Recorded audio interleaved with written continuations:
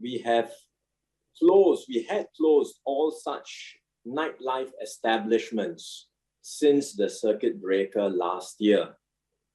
Subsequently, the Nightlife Association had appealed to the government to be given a lifeline. We offered them a grant for operators to exit the industry entirely. A few took up the grant, but many operators chose to pivot to other commercial operations.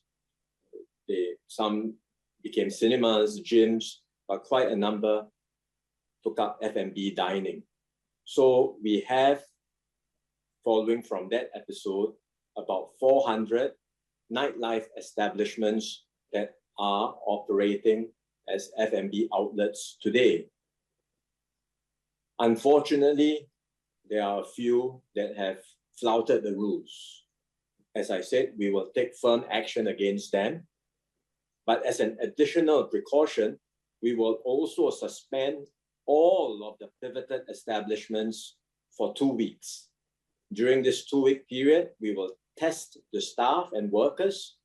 We will inspect all of their safe management measures and protocols, and we will allow them to resume only after we are satisfied that the safe management measures are well in place. I think the onus is very much now on the Nightlife Association and its members to show us that they can get their act together and behave properly. Some have also asked why the hostesses were allowed to travel into Singapore.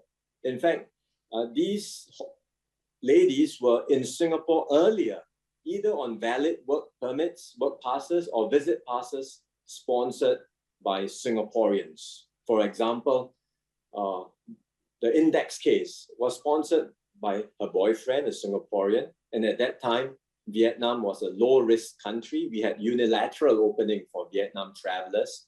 So she came in, sponsored by her boyfriend, on a visit pass. In fact, these visit passes are typically for family reasons. And the arrivals were tested. It's clear they didn't bring in the virus, as DMS mentioned just now. And so they caught the virus while in Singapore. How and exactly what happened, it's probably through one of the cryptic cases that still has been circulating within the community, but they caught it in Singapore, and that's how it spread through the rest of the KTV operations. The problem that arises is that these pass holders, seemingly on valid passes, work passes or social visit passes, have breached the rules by moonlighting as hostesses.